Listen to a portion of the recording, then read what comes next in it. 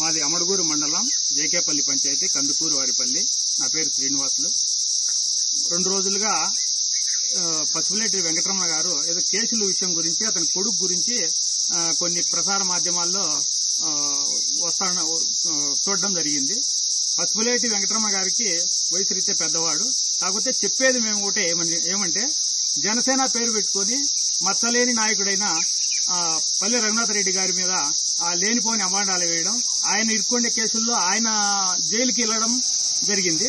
ఆ జైలుకి వెళ్లడంలో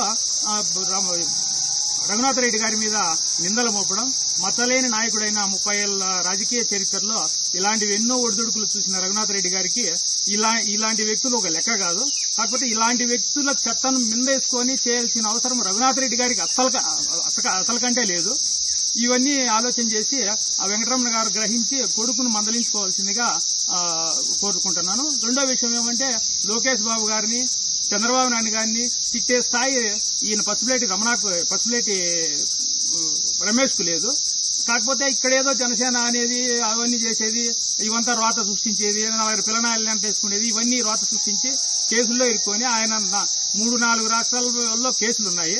ఆ కేసులు ఏదో చూసుకొని ఏదో చేసుకోకుండా ఇలాంటి వ్యక్తులను ఒకసారి రఘునాథరెడ్డి గారి మీద పోస్టులు పెట్టాడు, ఇంకోసారి కందుకుంట సార్ గారి మీద పోస్టులు పెట్టారు, ఇంకోసారి నిమ్మల కిష్టప్ప సార్ గారి మీద పోస్టులు పెట్టారు. ఈ పోస్టులన్నీ ఈయనకు అవసరమా? ఈయన లేనిపోయిన రాజకీయాలన్నీ మాట్లాడటము, నేనేదో పెద్దవాళ్ళని తిడితే పెద్ద స్థాయిలోకి వెళ్ళిపోతాననే భ్రమలో ఉన్నాడు ఆయన. అవన్నీ కాదు. ఆయన కుటుంబము, ఆయన వ్యవహారాలు ఆయన ఏదో చూసుకొని ఆయన చేసిండే దుర్మార్గమైన పనులకు ఎవరికైనా శిక్ష పడుతుంది. ఆయనకే కాదు, ఎవరికైనా పడుతుంది చేస్తే. ఇలాంటి పోస్టులు పెట్టి ఇది చేసి రఘునాథరెడ్డి గారిని కించపరిచే విధంగా వ్యవహరించడం సరికాదు. అది ఈయన పసుపులేటి రమణ గారు తెలుసుకొని ఆయన కొడుకు ఏదో రకంగా మంచిగా సద్మార్గంలో గడిపేటట్టు చూస్తాడని కోరుకుంటున్నాను.